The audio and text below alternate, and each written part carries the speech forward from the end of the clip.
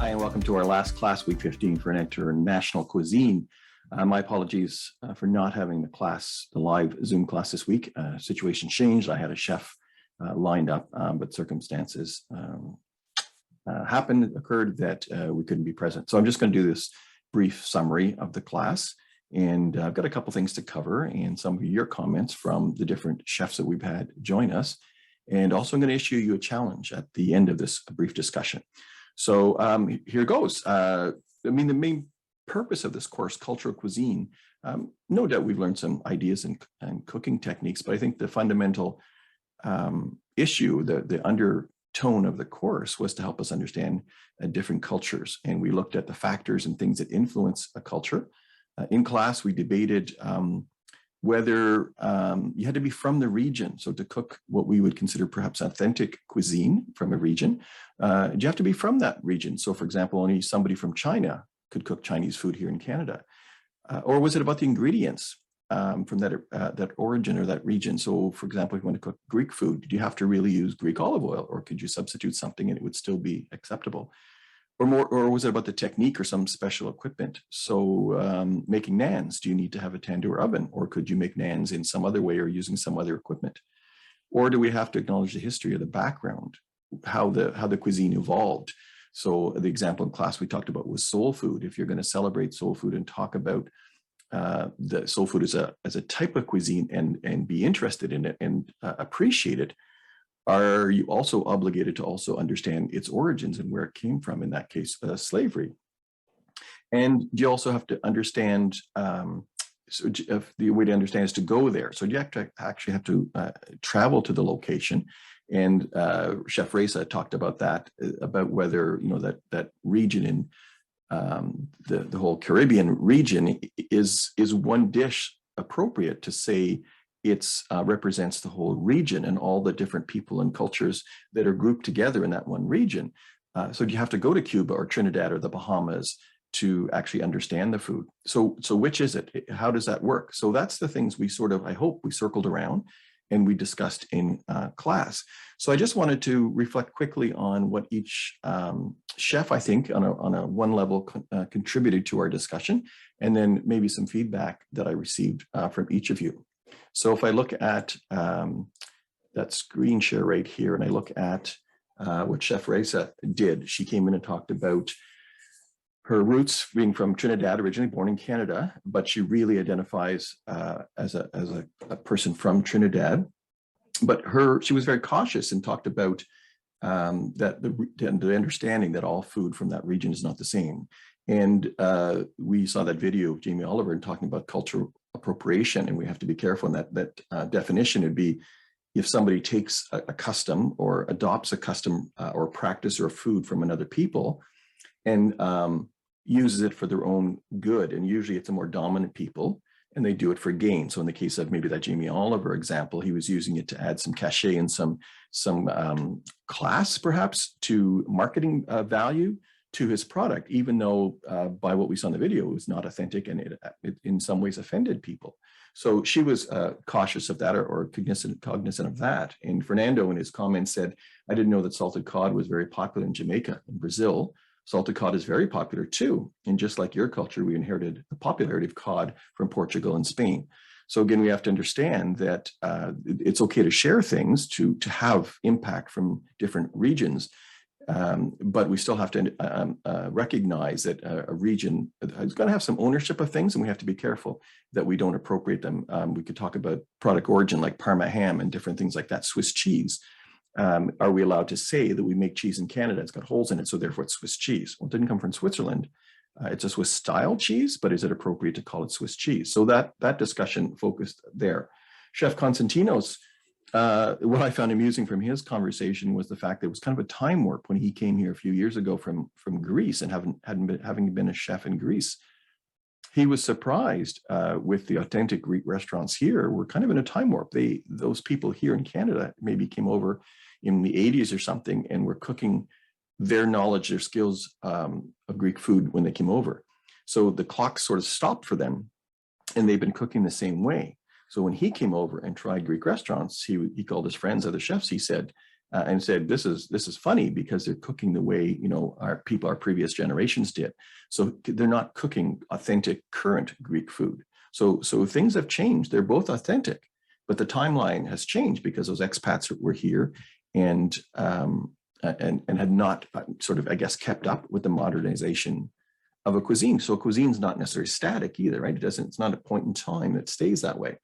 And he talks about olive oil. So the other point was, is one ingredient important? Is it about the ingredients to make the food authentic? In his case, he talked about olive oil, and he talked about olive oil production is third in the world after Spain being first. But Greece is the highest in consumption. Each person on average consumes 23.7 liters per year. That's almost two big pails. So that's a lot. And he says there's not a lot of export because it's such high quality and the people consume so much that there really isn't much for export.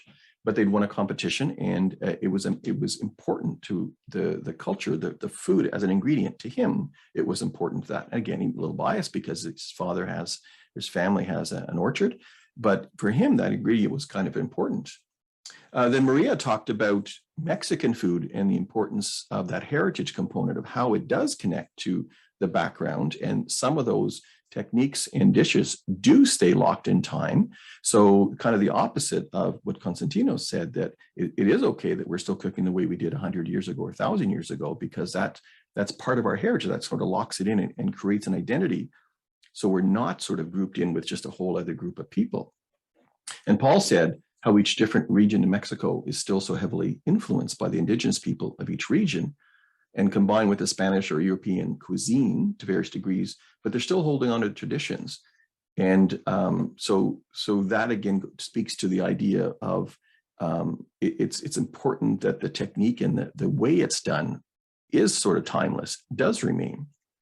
Then we had Rowan talking about representing Lebanon, and she was talking about the regionality of the food. So it's hard to just lock something in on a political border. It's more that region of the world, and it's evolved over hundreds or thousands of years.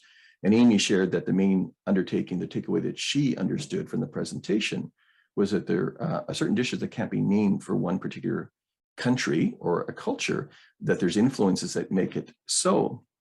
So instead of claiming a dish, it'd be best to suggest the influences and how it came about. And she was really impressed with how Rowan discussed and opened up her thinking of what we know of the origin of dishes. So Rowan was focused more on you could use ingredients, you could vary the ingredients, you didn't have to be so quite accurately true to them. The spirit had to be there, but it was also a region. It was shared, perhaps, or influenced by other people. And then Chef Sunina from carp, the swan and carp, she talked about the technique. So remember, she was making the kimchi, and the ingredients could be varied. It depends on what you had available, but the process of how to make kimchi is the same, the way her mother did it, and everyone has done it. So now the technique was important. It doesn't matter if she makes it in Canada or her mom's making it at home. It's still authentic kimchi. And we even talked about the cut. Does the cut matter? Well, it depends on what you want to do. And if you want to accelerate the fermentation, then you would perhaps cut it smaller. And Sarife noticed that she was very surprised when she made the rice porridge, because she thought she was watching a classical way to make kimchi, and she was surprised.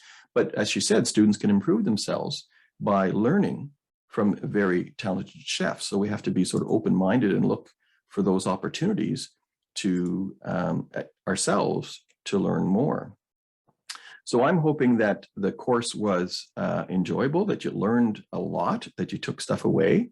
So for me, food is a vehicle, I guess, a way to help us to understand a different culture, another culture, and people that are different from us. So food, I think, allows us to acknowledge that we are different, and we should be celebrating those and encouraged to learn about the other people, rather than looking at what's different about us and sort of criticizing that, or worse, marginalizing people. So food is a way to be excited about the fact that people are different. And I have to thank all of you for, I really enjoyed this class. Always never ideal, perhaps, with some of these things, those cooking techniques and the smells and tastes, not having them in a class live face-to-face. But I want to thank all of you for contributing to the class and also sharing your own perspective and from your own, the culture you identify with and some of the way you grew up with the foods that you ate. So that was important to me. I learned from you as well. So the chef that I had planned having here this week, we had a conversation, and again, unfortunately, he could not join us. But I asked him, sort of what we're doing, sort of the summary of what we just talked about, and asked for his perspective. And his view was, he said, if we believe that there's only one way to learn to embrace the food of another, you're going to be missing something. So we have to look for openings. So is it best to travel to an area and sort of immerse yourself in the culture, live there for a month and learn? Absolutely, that would be wonderful, but that's not always practical. And if you wait just for that perfect way to learn about another culture or the food of another culture, you could be waiting a long time and perhaps never get the opportunity. So he and I talked about alternatives. So perhaps we can have a local chef like we did in class. We have a local expat chef in the region that's an expat and is invested in their cuisine and knows about the cuisine. Even somebody like Maria who's traveled to Italy and different places. She's learning about other cultural foods other than herself. But if she's talented, she could still teach me about Italian food, even though she's Mexican and went as a Mexican chef to Italy to learn. She could still transfer those skills to me. So that could work. Local grocers, ethnic grocers, you could go in there and perhaps to get the ingredients. I've often been in ethnic grocery stores and seen sometimes a little old lady and asking her, how do you cook this? What do you do with this? And they're usually very excited to tell and share what's going on. Another option, work in a local restaurant. If you find a business locally that's perhaps has a reputation for quality food or, again, an authentic way of cooking, maybe you could get a job there, even just part-time or helping out with special events or, in the busy season, Christmas seasons or things like that, and learn from those people and tell the chef you're here to work. You want to make a bit of money, but you're really here to learn about their heritage and the culture of the food. People are pretty excited about that. I'm very proud of that. So that's a good lead in to get into a new place, perhaps, again, as a part-time job. The chef I was just talking about, Michel, talking about he wants to go to Italy and he's trying, but with the travel issues, there's some limitations there. So in the meantime, what's he doing? He's going to have some Zoom calls with people in Italy. So he's found through a network of friends, some people in Italy that he doesn't know, and he's going to set up a Zoom call, about an hour a week, he plans, and just to communicate, just to have some discussion with them. So imagine when he finally gets to go to Italy, say in a year from now, imagine how much more meaningful his experience, his travel will be when he gets there. Because now he's going to have, first, maybe some connections, but he's going to have an understanding of the language and more, probably the discussions they have are going to be centered around the region and food ingredients and things like that. So he's going to be much more prepared. And therefore, his experience, his travel is going to be so much richer than if he just went, with blinders on, just said, I'll figure it out when I get there. So he's not waiting. He's looking for opportunities now. And his recommendation to you, to all of us, was if you wait for the ideal situation, you may never get the chance to learn about that other culture or to expand your repertoire or to appreciate other people and their food and their culture. So it's important to look for those opportunities as they arise. So the last thing to close, I'm going to issue you a challenge. So there's no mark for this. You don't have to submit it. And if you're too busy, not a problem. But I think from the experience we had in class with the chefs we had visit, I'm thinking there's got to be one of them that intrigued you and the food intrigued you. Maybe you want to make kimchi. Maybe you want to use that spice mix, the signature spice mix that Reza gave us. Whatever you want to do, I'm suggesting, or I'm making a challenge within the next 2 weeks. Think about the chefs we met in class. Act on your interest. Perhaps there's something that they made that interests you. Make a dish. Try out something you've learned or investigate it. Try out a new skill, a technique, an ingredient, a different spice, and then share your knowledge. Share it with your friends and family. I mean, obviously cook for somebody, but also post it on Instagram and tag me on it so I can see and keep up with you. These chefs that will visit us now, they're now part of your network. And that's one thing in your career you're going to do is continue to expand people. And it's amazing in my career how I travel different countries, different places, and I would meet people through the chef network. It's a pretty small network and people know each other. And it's a good way to find opportunities in jobs, but also to find like-minded people. So Konstantinos is looking for staff. So if you're looking for a full-time job, potentially there's something there at the Brook Street Hotel. Rowan, Reza, Maria, they all do events, cultural events or music festivals. So maybe reach out to them, contact them, and just tell them who you are and remind them that you're in our class, in our class, and you really appreciated what the contribution they made to your learning. And you'd really like the opportunity if they needed a hand for a couple of festivals in the summer that you'd be interested in helping out. And just be honest, the reason you want to do it is, yeah, I want to make a bit of money, but I want to do something different, but I want to learn about a cooking technique. Are you going to be doing something different, authentic mole? Are we going to making, 200 liters of it? I'd like to be part of that. So let them know who you are, and maybe there's an opportunity right in front of you. So you don't have to actually have to travel to Mexico right away. You can learn a lot of this, and then imagine how prepared you will be when you finally do get to go to Mexico. So I'd like you to keep in touch. 2 ways that I'm thinking you can do that is I'm expanding, I guess, doing something a little different with my personal time. So as we've learned in business class and things like that, I've designed a logo professionally. I did an outline and hired a professional to do this for me. So that's my new venture, sort of leaning into my future opportunities. So that's my business, makingstonесoup.com. And there is, I'm using Shopify. So I do have a website right now. It's still closed. You can sign up for the newsletter. So it's makingstonесoup.com. And then I'll have that up with, as we did in Shopify, maybe some products and lessons and things embedded in there. Also on Instagram. So this was a couple of days ago. I was on the weekend, I was making some charcoal. My brother has a sugar bush. I was out cutting some maple up and splitting it and making charcoal, because I usually use about 4 or 5 bags like that of charcoal over the summer. I really believe charcoal is an ingredient. And if you think about that, you're cooking something over a fire, and certainly the spices and flavorings that you add to it. But imagine the flame, the flavor that's coming off the charcoal, or the drippings that are going on the charcoal and then creating smoke, how that contributes to the taste. So charcoal is actually an ingredient if you think of it that way.